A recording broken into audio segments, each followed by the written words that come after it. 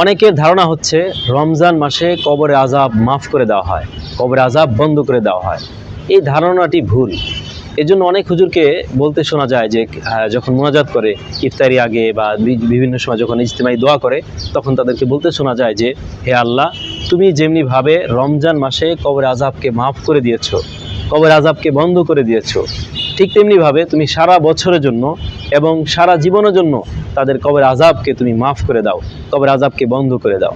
তো এখন কথা হচ্ছে, এই যে বলা হলো যে কবর আযাবকে রমজান মাসে বন্ধ করে দেওয়া হয়েছে, মাফ করে দেওয়া হয়েছে, এটা কোথায় আছে? এটা মূলত হচ্ছে একটা আসলে ধারণাবশত কথা বলে থাকে। এই ধারণাটাই হচ্ছে ভুল। রমজান মাসে কবরে আযাব মাফ করে দেওয়ার ব্যাপারে কোরআন এবং হাদিসের এ ব্যাপারে কোনো প্রমাণিত নেই।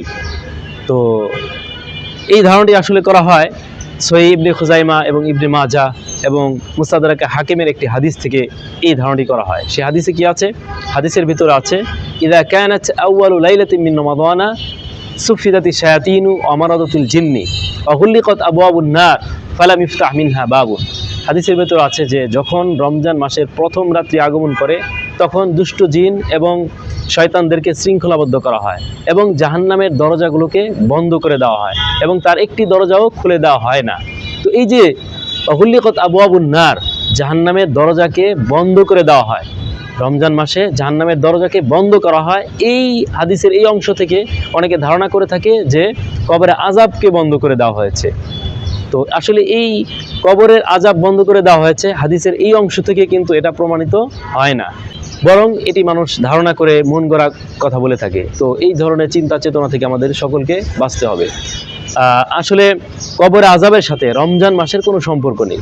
কবরে আযাবের সাথে সম্পর্ক হচ্ছে বান্দার ঈমান, আমল, গুনাহের সাথে সম্পর্ক।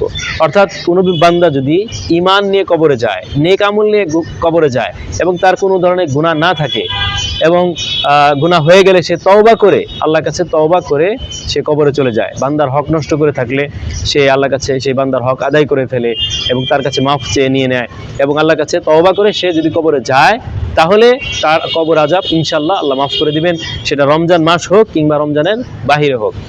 আর কোনো ব্যক্তি যদি ঈমান ছাড়া কবরে চলে যায়, তাহলে তার আযাব হবে অবশ্যই। অথবা ঈমান নিয়ে কবরে যায় কিন্তু সে মানুষের হক নষ্ট করে থাকে, গুনাহ করে থাকে, সে চুরি করে থাকে, মানুষের সম্পদ আত্মসাৎ করে থাকে, মানুষকে কষ্ট দিয়ে থাকে, কিংবা সে নামাজ, রোজা, হজ, যাকাত তার উপর ফরজ ছিল কিন্তু সে আদায় করেনি, ইত্যাদি নানা ধরনের সে গুনাহের কাজে লিপ্ত থাকে, কবিরা গুনাহে, কিন্তু সে তওবা না করেই মৃত্যুবরণ করে, তাহলে তার কবরে আযাব হবে। সেটা রমজান মাস হোক কিংবা রমজানের বাহিরে হোক, যে কোনো মাসেই তার কবরে আযাব হবে। তাহলে কি দাঁড়ালো? যে কবরে আযাব হওয়ার সম্পর্ক কিন্তু রমজান মাসের সাথে না, যে রমজান মাস আগমন করলো সাথে সাথে সবার কবরে আযাব বন্ধ হয়ে গেল, বিষয়টা কিন্তু এমন নয়। তো আমরা সবসময় চেষ্টা করব সহি জিনিস, সহি ইলম অর্জন করার এবং সহি ইলম মানুষের কাছে পৌঁছানোর। প্রত্যেকটা কথা আসলে তাহকিকের সাথে বলা উচিত, সহি ইলম অর্জন করে তারপরে বলা উচিত, ধারণা করে বা ভুল কোনো জিনিস মানুষের কাছে না পৌঁছানো। সকলকে ধন্যবাদ। আসসালামু আলাইকুম ওয়া রাহমাতুল্লাহি ওয়া বারাকাতুহু।